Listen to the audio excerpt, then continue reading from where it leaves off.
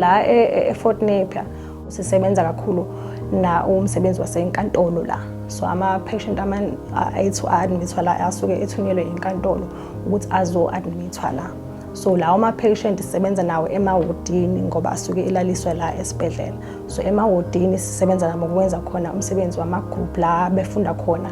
Sibafundisa ngoba ngokuqonda ukuthi yini le isifo esibaphethe nokuthi kubaluleke kangakanani ukuthi mhlawumbe njengoba sebenalesi sifo esibaphethe bedle i-treatment yabo bese siphinde sisebenza nabo nokufunda kuma-groups indaba yezidakamizwa ukuthi mhlawumbe umuntu uzigcina kanjani engasebenzisa izidakamizwa ngoba nazo zinomthelela ekuguleni noma ekubeni umuntu mhlawumbe egule njalo ukugula kumvuke njalo. Siphinde futhi sibe neclinic ama-outpatients la sibona khona abantwana.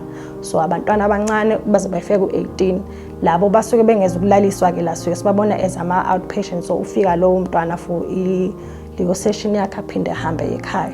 Siphinde futhi sibone la ka-psychology as an outpatient laba basuke bethunyelwe inkantolo for ukuhlolwa ngokomqondo mhlawumbe ukudinga kubonakala ukuthi uzokwazi yini ukuthula ubufakazi enkantolo.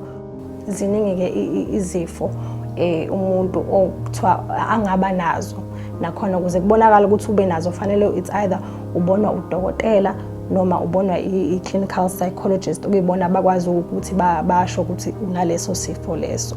So kubalulekile ukuthi umuntu azazi nokuthi akwazi ukuzibona mengabe engekho kahle emoyeni nasemqondweni mhlambe sekuthatha sekuba nomthelela mhlambe ekutheni uzwana kanjani nabantu mhlambe uyasebenza sekuba nomthelela ekutheni awusakwazi nokusebenza kahle. So kubalulekile ukuthi umuntu nomuntu uma ngabe engekho kahle athole usizo ayolulekwa ngokomqondo. So uma ngabe ke umuntu eselitholile lelo sizo noma ngabe umuntu efisa ukulithola lelo sizo ungaya eclinic eseduze nawe ngasekhaya.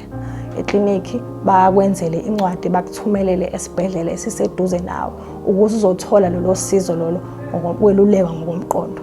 Then mawusekutholakala ukuthi unaleso sifo naso kuyakubalekile futhi ukuthi nathi njengomndeni wakho noma ihlobo zakho sikweseke kuleso sikhathi leso. And kubalekile futhi ukuthi mawusutholile ukuthi unaleso sifo ukwamukele because mawungakhona ukwamukela kuzovimba lokho ekutheni nawe ukwazi ukuba ngcono futhi ukwazi ukuphila kangcono.